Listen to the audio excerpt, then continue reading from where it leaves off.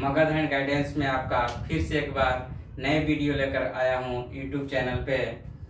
देखिए नेक्स्ट यहाँ पे है समाकलित वेग समीकरण यानी इंटीग्रल वेलोसिटी इक्वेशन। तो ये जो है बहुत मोस्ट इम्पोर्टेंट है बोर्ड एग्जामिनेशन के लिए। तो हम सबसे पहले बात करेंगे शून्य कोटि अभिक्रिया। तो शून्य कोटि अभिक्रिया जीरो ऑर्डर रिएक्शन। तो अभिक्रिया जिसके वेग समीकरण की सांद्रण पदों के घातों का योगफल शून्य हो, शून्य कोटि अभिक्रिया कहलाता है। तो हम समाकलित वेग समीकरण शून्य कोटि अभिक्रिया का यहाँ पे विशिष्ट दर स्थिरांक k का यहाँ पे डेरिवेशन करने जा रहे हैं। तो देखिए जैसे मान लीजिए a से यहाँ पे प्रोडक्ट बन रहा है, a से यहाँ पे प्रोडक्ट बन रहा है। तो मान लीजिए यहाँ पे t इक्वल्स टू 0 है, यानी t equals to 0 that means initial time, शुरुआती समय। तो शुरुआती समय है, इसका सांद्रण a ले लिए हैं, तो प्रोडक्ट का सांद्रण क्या होता है 0 होता है। तो अब देखिए t equals to t second है, तो यहाँ पे प्रोडक्ट में बना x, तो बचा हुआ सांद्रण कितना होगा अभिकारक में a माइनस x हो जाएगा, है ना। तो यानी यहाँ पे हम लोग इसका दर भी लिख सकते हैं, दर इक्वल टू क्या हो जाएगा dx बाई dt। इस तरीका से हम लोग दर लिख सकते हैं।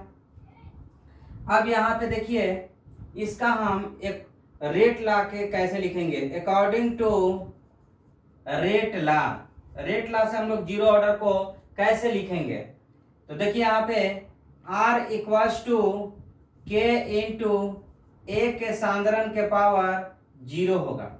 देखिए वेग समीकरण है, वेग समीकरण में यहाँ पे सांद्रण पदों का घात 0 है इसलिए क्योंकि शून्य कोटि अभिक्रिया बोला है, और जो अभिक्रिया की कोटि होता है वो आपका एक्सपेरिमेंटल डेटा होता है, एक्सपेरिमेंट करके दिया हुआ रहेगा।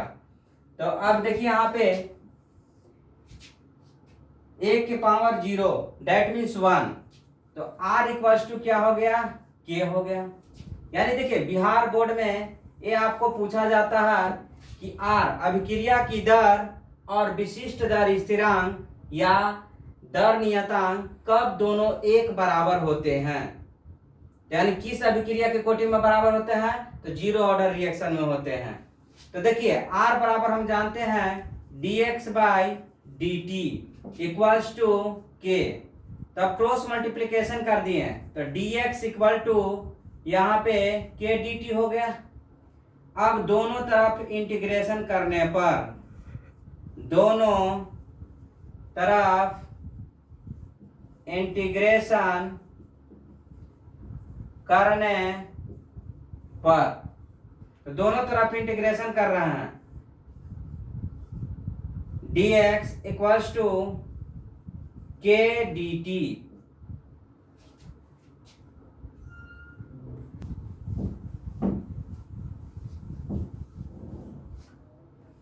देखिए यहाँ पे दोनों तरफ हम लोग इंटीग्रेशन कर रहे थे, तो यहाँ पे dx था equals to k into dt, क्योंकि कांस्टेंट का इंटीग्रेशन नहीं होता है तो यहाँ बाहर आ गया।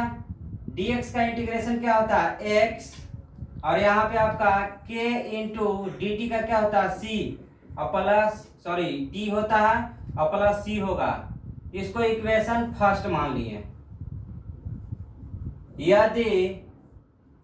यदि t इक्वल्स टू 0 और x equal to 0, t equals to 0 और x इक्वल टू 0, हम इस समीकरण फर्स्ट में रखते हैं तो c का वैल्यू आएगा। तो यहाँ पे देखिए इसमें 0 रख दिए, k इंटू 0 प्लस c, तो c का मान कितना आ गया 0 आ गया। यानी जो इंटीग्रल कांस्टेंट था उसका वैल्यू 0 है। अब देखिए c का मान समीकरण फर्स्ट में रखने पर, यानी c का वैल्यू समीकरण फर्स्ट में रख रहे हैं तो x इक्वल टू के टी प्लस 0, तो आपका आ जाएगा x इक्वल टू के टी, तो k इक्वल टू आ गया x बाई टी आ गया। यानी k क्या है यहाँ पे, विशिष्ट दर स्थिरांक, विशिष्ट दर नियतांक भी इसको बोला जाता है या स्थिरांक भी बोल सकते हैं। और t जो है आपका समय और x जो आपका है सांद्रण है ना।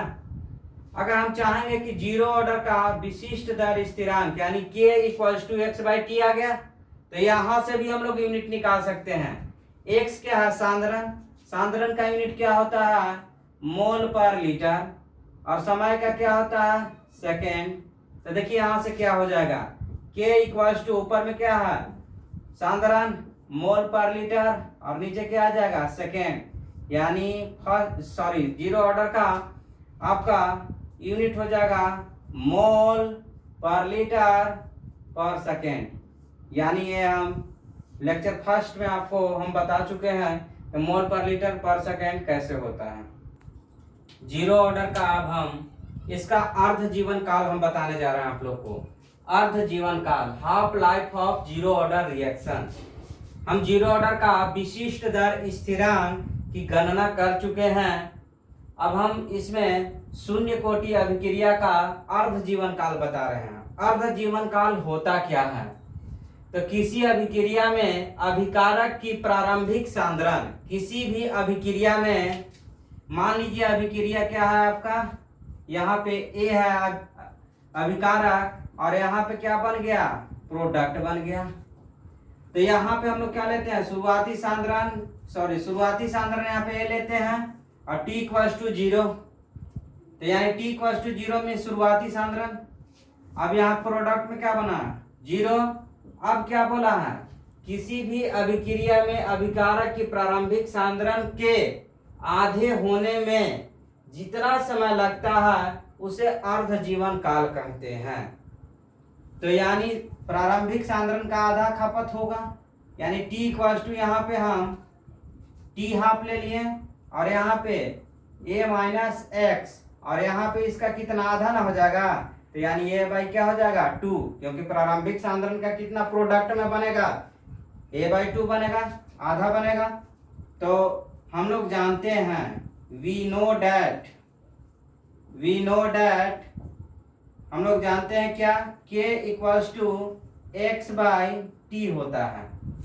तो यहाँ पे देखिए t के जगह पे क्या रखना है, t हाफ यानी अर्ध जीवन काल है ना, और x के जगह पे क्या रखेंगे a बाई 2। तो यहाँ पे देखिए कैसे होगा, तो k इक्वल्स टू एक्स के जगह पे a बाई 2 रख दिए और t के जगह पे क्या रख दिए t हाफ, तो t हाफ इक्वल्स टू क्या हो जाएगा यहाँ पे a बाई 2k, यानी आपका अर्ध जीवन काल शून्य कोटि का हो गया a बाई 2k। तो यानी शून्य कोटि अभिक्रिया का अर्ध जीवन काल, देखिए अर्ध जीवन काल प्रारंभिक सांद्रण के क्या हो जाएगा, समानुपाती होता है। या फिर इसको शुरुआती सांद्रण को हम लोग सी नोट से भी लिखते हैं, यानी अर्ध जीवन काल, शून्य कोटि का अर्ध जीवन काल सी नोट, या फिर इसको एन नोट भी लिखा जाता है। तो इस तरह से हम लोग लिख सकते हैं, इस वे में ऑब्जेक्ट पूछे जाते हैं। शून्य कोटि अभिक्रिया का हम लोग विशिष्ट दर स्थिरांक का गणना कर लिए और इसका अर्ध जीवन काल का गणना कर लिए। तो अब नेक्स्ट हम बताने जा रहे हैं ग्राफिकल रिप्रेजेंटेशन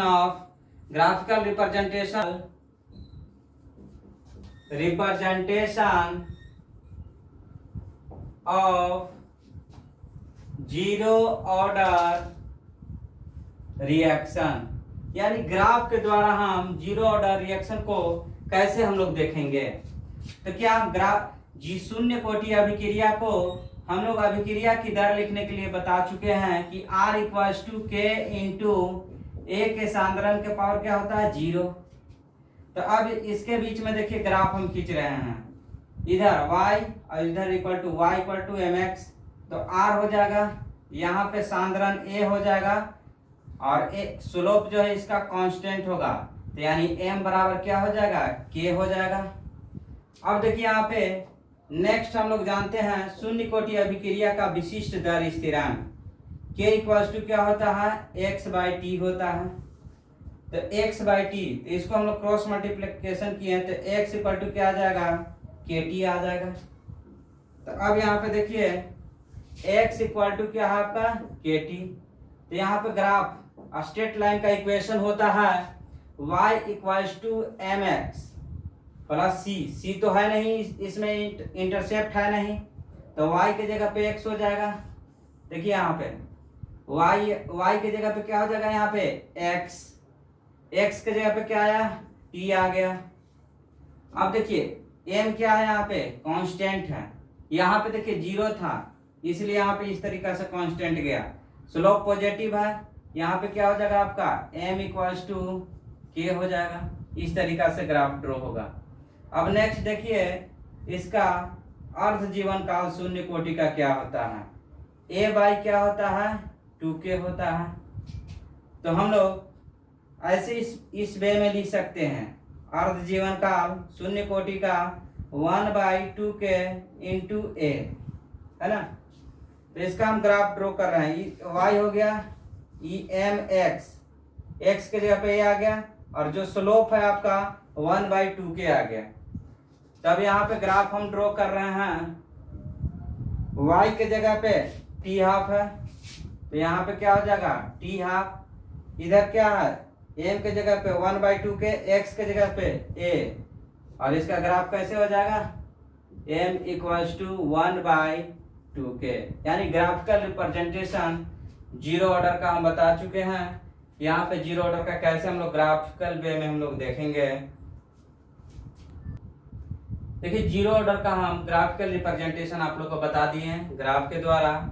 नेक्स्ट लेक्चर में आपको हम बताएंगे फर्स्ट ऑर्डर ऑफ रिएक्शन का हम बताएंगे, डेरिवेशन कैसे होता है, उसका हाफ लाइफ कैसे यानी अर्ध जीवन काल कैसे हम लोग ज्ञात करते हैं। तो हम उम्मीद करते हैं सभी लोग जिनको नहीं समझ में आया है कमेंट करेंगे।